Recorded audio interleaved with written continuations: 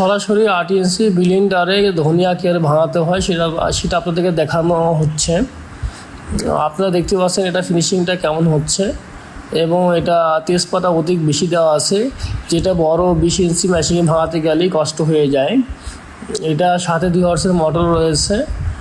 আর যেহেতু আমি এই মেশিনগুলো বিক্রি করি না, তো সুতরাং 100% যে অরিজিনাল নিউজটা, অরিজিনাল কাজটা আপনি এখানে আমার থেকে সহজে জানতে পারবেন।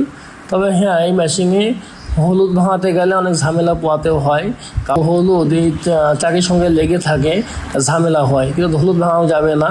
কিন্তু আপনারা ধনিয়া নিঃসন্দেহে এই মেশিনে ভাঙাতে পারবেন আপনারা। আমার এই 2 কেজি ধনিয়া ভাঙাতে সময় লেগেছিল প্রায় 3 মিনিট। আমি যেহেতু শর্ট ভিডিও, যে কারণে আমি ভিডিওটা একটু ফাস্ট করে দিয়েছি। তো আশা করি আপনারা ভালো থাকবেন, এবং নতুন কিছু বিষয় জানতে হলে অবশ্যই আপনারা কমেন্ট করবেন।